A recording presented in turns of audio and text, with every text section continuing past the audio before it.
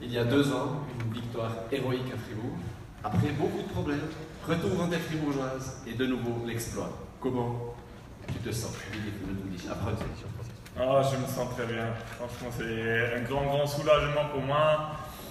Depuis ces 2 ans de Fribourg, il s'est passé beaucoup de choses dans ma vie et dans ma carrière sportive. J'ai eu 2 chutes très graves avec des phases de réhabilitation, plus que 3 mois. J'ai eu la mononucléose, etc. Mais je savais que j'avais ce qu'il fallait pour gagner une étape comme ça, pour gagner des belles courses. Et je suis une personne très ambitieuse, donc je veux toujours donner le maximum et faire le mieux. Et ça m'a peut-être coûté des fois la chance pour jouer la victoire. J'étais pris dans les chutes qui n'étaient pas forcément nécessaires et tout ça, donc je suis très heureux de pouvoir gagner ici. Et comme j'ai entendu un spectateur sur le bord de la route qui a dit après Fribourg, maintenant c'est Bulle. C'est juste.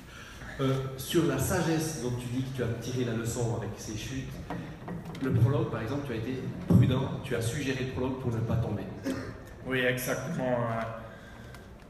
Pour gagner le prologue à Aigle sous des conditions comme ça, il fallait vraiment risquer et je n'étais pas prêt à prendre ces risques parce que je me suis vraiment préparé pour le prologue, je peux vous dire, j'étais prêt.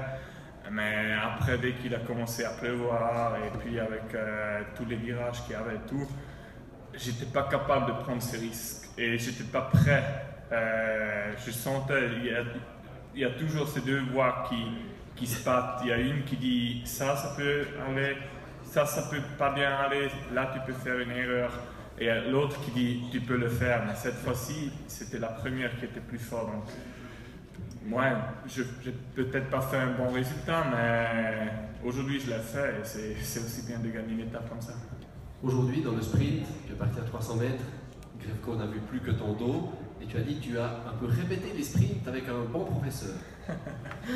Ouais, pendant les classiques, on joue toujours un peu dans les entraînements, et puis je me suis entraîné, avec Greg Van Avermaet, on a un champion extraordinaire dans l'équipe, et j'ai fait des sprints contre lui, et c'était une fois lui qui gagnait, l'autre fois c'était moi. Et puis ça donne un peu de confiance, même si c'est l'entraînement. Et puis après une course dure comme ça aujourd'hui, je savais, il faut juste que je prenne la tête et puis après je lance mon sprint et normalement il ne va pas passer et il n'a pas passé. Comment tu t'es senti justement avec cette période de 2 ans où c'était très dur? On revient à Fribourg et il y a de nouveau, c'est une étape de folie, c'est la légende du cyclisme qui s'écrit et c'est de nouveau Stéphane Kung avec de nouveau un geste sur la ligne avec des photos magnifiques. C'est exceptionnel. Oui, pour moi, il n'y a pas de mauvais temps, c'est juste il faut s'adapter. Moi, j'aime bien j'aime bien. Il n'y a personne peut-être qui aime de courir sous la neige, mais les autres, ils ont un peu plus de la peine que moi. Donc moi, ça me motive. Et puis aussi de courir en Suisse, ça me motive. Je connais les routes. On a d'ailleurs passé la même montagne. La dernière montagne de la jour, c'était la même qu'il y a 2 ans à Fribourg. Donc je connaissais vraiment bien. Et puis, Comme à la maison. Ouais, je me suis dit, si tu essayes jamais, tu ne vas jamais gagner. Donc pourquoi pas essayer? Et finalement, ça a fonctionné. Merci Stéphane. Des questions en salle, oui? Tu disais que tu avais pris la sagesse de mesurer tes risques, mais pour partir aujourd'hui, il fallait prendre des risques, il fallait du courage. Ouais, il faut toujours un peu des risques. À la fin, on est sportif. Et ce sont les meilleurs cyclistes du monde qui participent ici au Tour de Romandie. Donc, pour gagner, il faut toujours prendre une certaine dose de risque, mais cette dose-là, tu peux la gérer. Et peut-être vous avez vu dans les descentes, je n'étais pas celui en tête, j'ai toujours un peu laissé un trou parce que j'étais confiant en moi. Et le seul risque que j'ai pris aujourd'hui, c'était de lancer mon sprint à 300 mètres, mais j'avais la confiance et ouais, je sais pas, quand on sent que ça peut aller, il faut y aller parce que le coureur, il a l'instant, ouais. Et puis, je me suis posé beaucoup de questions dans ces dernières 2 années. Et puis à la fin, je me suis dit, mais c'est instinct. tu as gagné beaucoup de courses.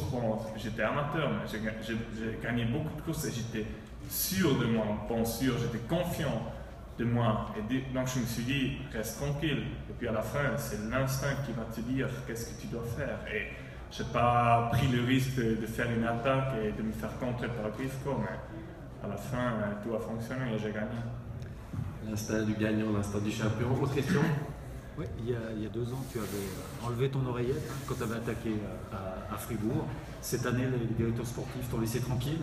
Ouais, en plus, c'était le même directeur sportif aujourd'hui, c'était Yvon Ledagnois, mais il n'a pas dit beaucoup de choses, il m'a donné les bons conseils et à la fin, lui aussi, il sait.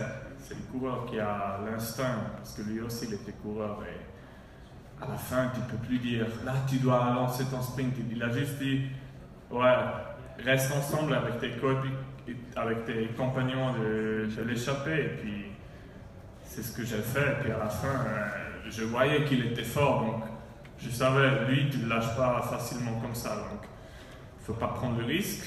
Lui, il a attaqué, j'ai suivi. Et puis à la fin, ouais, c'est le sprint qui joue. Et en plus, j'avais un peu cette confiance que je peux gagner le sprint.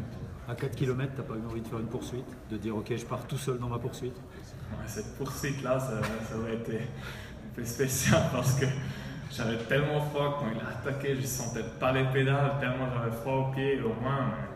Mais à la fin, c'est toujours bien de s'imposer tout seul, mais à la fin, c'est juste l'objectif de gagner l'étape. Et ouais, comme j'ai dit, j'ai suivi mon instinct, c'était le bon. Stéphane, deuxième étape en ligne sur ce Tour de Romandie, deuxième victoire suisse. Ça aussi, ça fait plaisir pour le Tour de Romandie, évidemment.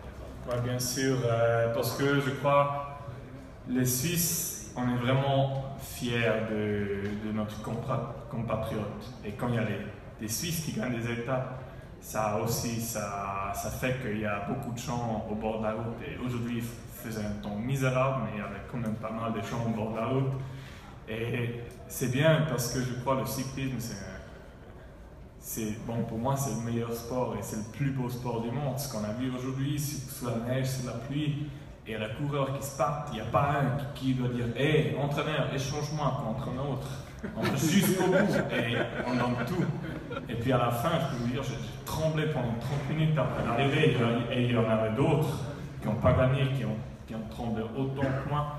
Au moins, moi, j'ai un peu la douceur de la victoire, mais les autres, ils ont que le mal au pied au moins et ils ont froid. Ouais. C'est ça qui fait le cyclisme un sport spécial. Merci Stéphane, autre question? Bravo déjà. Danilo m'a dit avant que lui pensait que vous avez pris 5 minutes d'avance. Il savait que c'était pour toi. Toi, c'est quand que tu as su que tu pouvais gagner?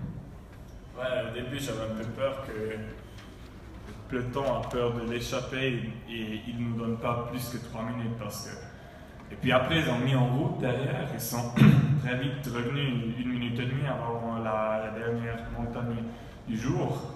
Et puis là, je savais là, il fallait faire quelque chose parce que je me sentais bien. Donc, j'ai peut-être un peu pris la responsabilité de l'échapper. J'ai beaucoup travaillé. Et puis, ouais, j'y croyais dès qu'on a passé la montagne avec 4 minutes et demie d'avance. J'ai dit, bon là, ça peut y aller. Merci Stéphane. Une dernière question? Oui. Question, Stéphane. Tu étais en contact aujourd'hui avec le team. Quand ils sont dit tu peux aller? Non, on a parlé de ça hier. Et puis, il m'a demandé qu'est-ce que tu veux faire demain. Et puis, j'ai dit, ça peut être une étape pas mal pour l'échapper parce que c'est quand même assez dur, ça monte, ça descend toute la journée. Et pour les vrais sprinters, c'est un peu dur parce que les équipés ne peuvent pas rouler très très vite dans les montagnes parce que sinon les sprinters sont fatigués ou lâchés. Donc. Et puis là, ils m'ont donné la carte libre. Ils ont dit, écoute, si tu veux, tu peux y aller. Et qu'on veut, ça ne veut pas dire forcément qu'on est dans la bonne échappée. Non. Donc, et dès que j'étais dans l'échappée, j'ai dit, bon là, j'ai eu la chance, donc c'est à moi de prendre la responsabilité. Alors c'était ton but, hein, pour ce prix? Bien sûr, ouais. Merci Stéphane, on peut l'applaudir et on va passer aux interviews en bilatéral pendant quelques instants. Merci. Come down miteinander, Kevin. Non, mit Italien, ne?